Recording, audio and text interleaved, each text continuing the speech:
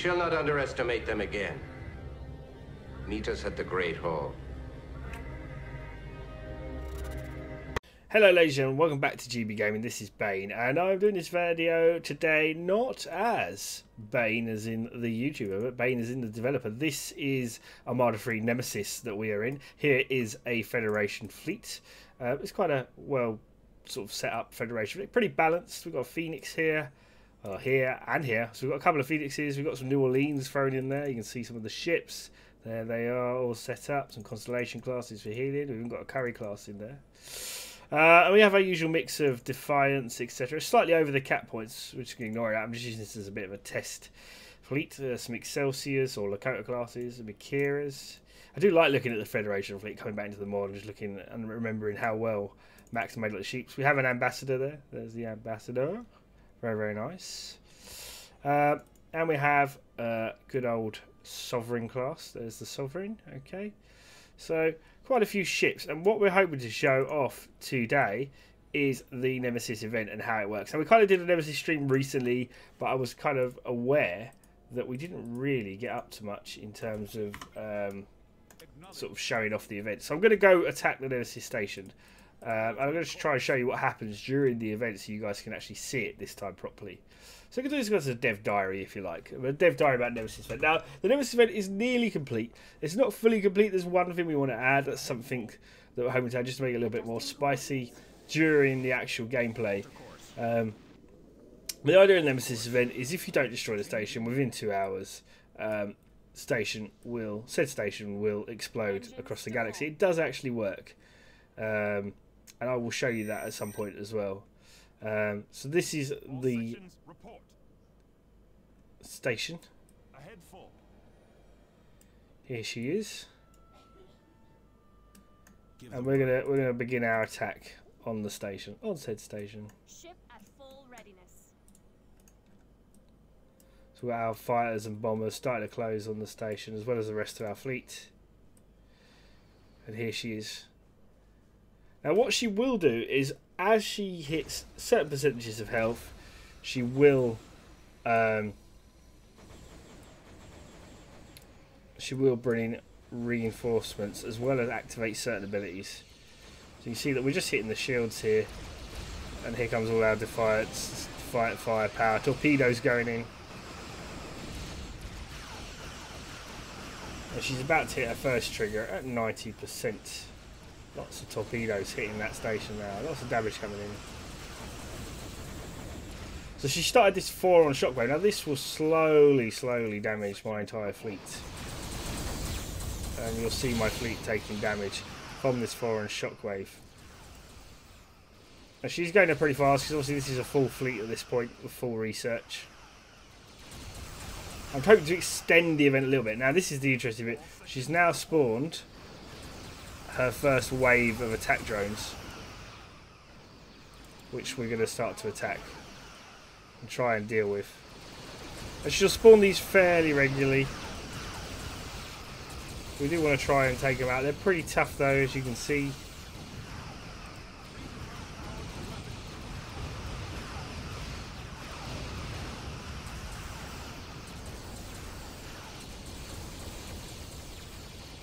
Now this is the problem, she's now also spelled, as you can see, some Burrells, and if we don't deal with the Burrells, they'll just keep on healing her up, so we've got to deal with those Burrell classes.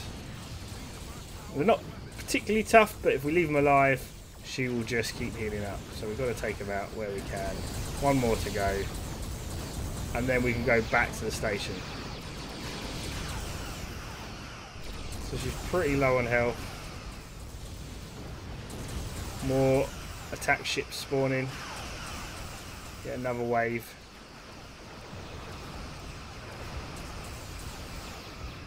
And now we're getting EMP pulse as well. So if we just pause it for a second, we can see that actually we're already taking a huge amount of damage. We look at our Akira here. She's actually taking quite a lot, and she's taking a damage a second. She's taking 180 damage a second, so she's taking a lot of damage.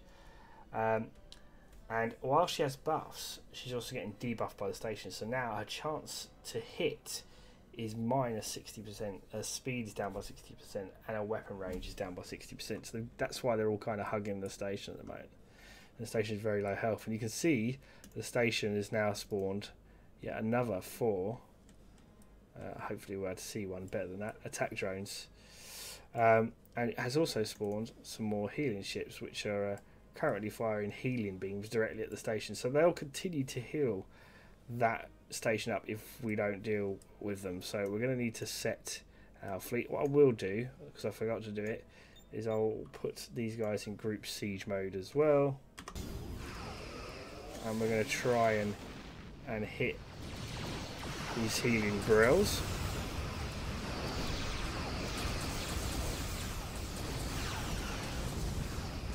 But we are taking some pretty nasty damage now.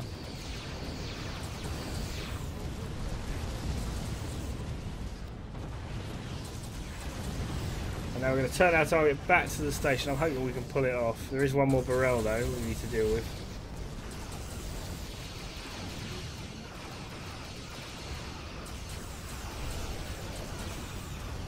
So turning our fire back on the station. Nearly got it down.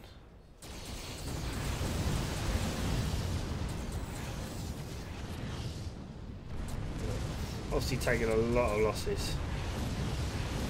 Many ships exploding at this point. The damage is pretty extreme, but there goes the station. Now you can see that if we're successful and we do kill the station, all of our capital ships instantly get up to level 10 in experience. So they're all now level 10. Well, that's really powerful. Now we have taken a bit of a beating for our fleet, and the other players could have attacked us during this event as well. But it's fair to say that gives you a really nice boost to all your capital ships suddenly being level 10. So it is a bit of a rush to kill it off, and it becomes, as we said, a normal map. Now, let me show you what happens if we get to a point where any Titan that tries to get involved. So if I, for example, just show the station system, so let's just give it an all entities detected, and if I were to spawn a Titan in here, and this is the same for anything that flies in, so if I spawn a Titan, we'll do a Federation, we'll do the Excalibur.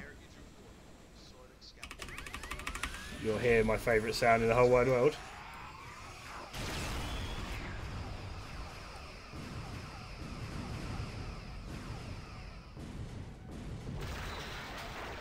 You can see that she'll just evaporate the Titan. Just to prove that it isn't a fluke, let's just go back over here.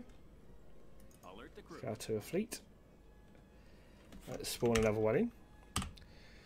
So if I were to spawn a Titan again, so this time we'll do the Polaris. There's our Polaris now, so we have a Polaris. And I was to take my whole fleet, including the Polaris. I said to them, right, I want you all to jump over here. So they're all getting ready to warp. Prepare the docking bays. There they go. Obviously we're well over supply limit now.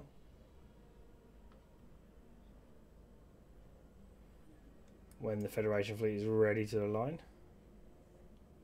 New heading confirmed. All planes return to hangars. Combat landings authorized. Take us to warp. So all of our fleet in action there. There's the Polaris.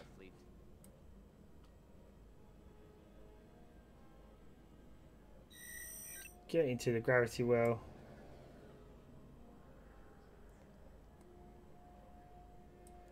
And they're heading into attack.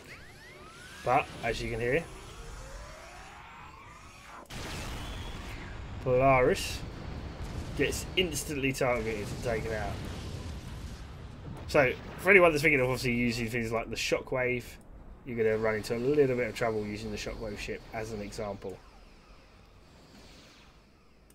So she's pretty tough. She's a pretty tough event overall to deal with, but a lot of fun. One of the things I'm going to do is just change out her health a little bit, make it probably a little bit tougher, bring her damage down a little bit, so the fight takes a bit longer. So that's something I'm still working on. But what I wanted to give you an idea, you see she's 4 on shockwaving already, and she'll send out an EMP pulse in a little while that disables our abilities every so often. There comes the attack. So the attack vessels, which are converted contingent classes, they're quite powerful, quite a lot of health.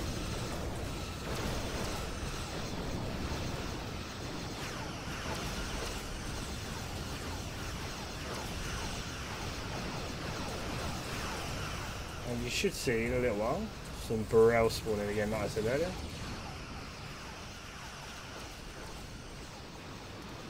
More Katingas spawning. There's the Burrells. So if you don't deal with the drones, then you can run into issues.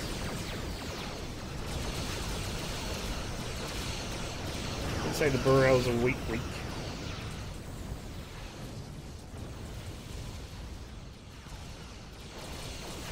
More drones popping out. And this is what happens if you don't focus down the drones. If you don't focus down the drones, so I'm not controlling my fleet at all here, you're just going to end up in a situation where more and more drones will appear.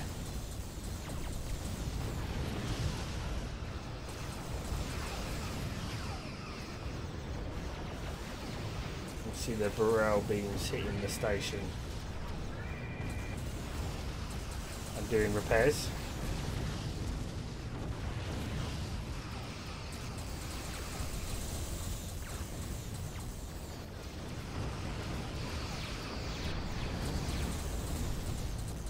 There are 12 Katingas out now.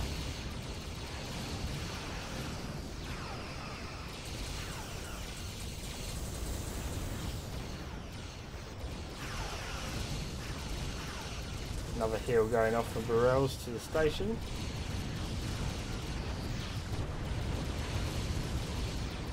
The Federation fleet nearly has it. Are they going to take it down? I'm hoping so. 1050.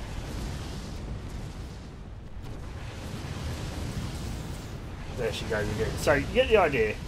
So a little bit more tweaking to do. Obviously I was over pop cap by 81 on that, so not 100% accurate, and my ships were also level 6, which is highly unlikely your ships are going to be that high up during the event, but you get the idea. So that's a quick view of Nemesis. If you give me, what I'll do is I'll just take a few seconds. It'll seem like a second, it's going to take a few minutes, but I'm just going to set it up so you guys can see what happens when the detonation goes off. Okay, so we'll be right back. So guys, welcome back. I've actually spawned in as the Dominion this time. So what I've done is I've just stuck some ships at each gravity well, just to prove that this works. And you should eventually see everything die. You can see my pilots have spawned in. What we're going to do is just see how the station reacts once it gets to the 2-hour countdown. So this, obviously I've signed it up for this, but we will see. So I've got my ships, they should be attacking. And what should happen in not too far off in the future is that it should cause a self-destruct. There's some scouts in it just to show you the destructive power of the station as well. You can see the scouts are just exploderizing.